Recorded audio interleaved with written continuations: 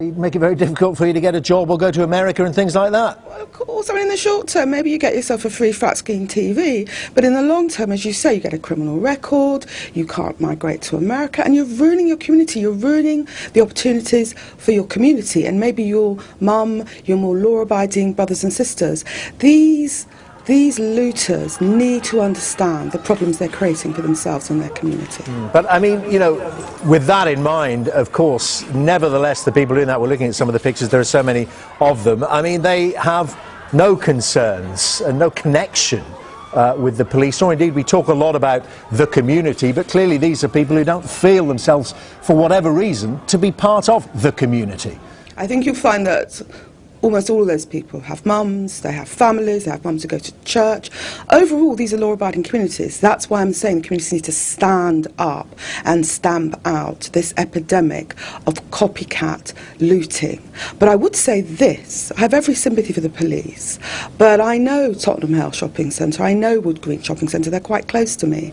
And I was astonished that people are allowed to loot freely, not for 10 minutes, not for half an hour, but for hours and hours. I do not understand why the police allowed it to happen. So would you say to the police, well, you know, it's more important to I mean, it seems, you know, judging for what they're saying, it's more important to concentrate on the rioting or the looting. I mean, in the case of Tottenham, they had a major disturbance there, and then there was these breakaway groups and other groups forming who then, as you say, went to that shopping centre, that retail park in Tottenham Hale. Very difficult in the heat of the moment for the police to react. Come on, the Metropolitan Police is one of the biggest police forces in the world.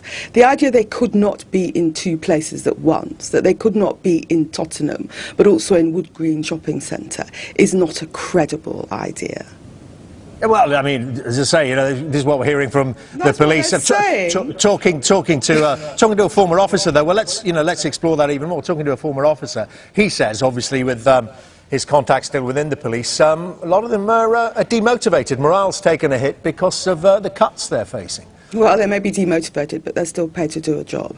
And I repeat, the notion the police couldn't deal with the riots in Tottenham, but also step in to stop looting in Wood Green Shopping Centre, which took place for hours. It wasn't just a very short interlude. It took place for hours. The idea they couldn't be in two places at once, that is just not a credible idea. So do you think, I mean, clearly the Mark Duggan shooting is being investigated by the IPCC. Do you think this is an issue for investigation, or certainly discussions at least between the Home Secretary, who's flying back today, and senior Met officers?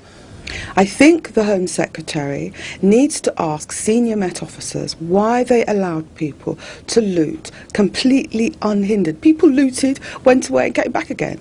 Why people were allowed to loot completely unhindered for hours in big shopping centres in North London. She also needs to ask senior police officers why the Duggan family had to stand in a vigil for 5 hours outside Tottenham Police Station with nobody senior from the Met Police and nobody senior from the IPCC coming to see them, coming to talk to them, coming to reason with them.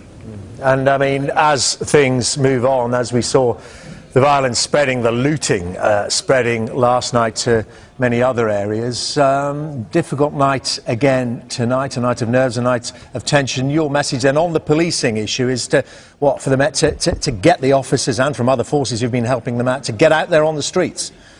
The community needs to say very clearly to some of these young criminal elements, the looting has to stop and the police have to be there in force on the streets tonight and for however many nights it takes to bring this epidemic of copycat looting to an end.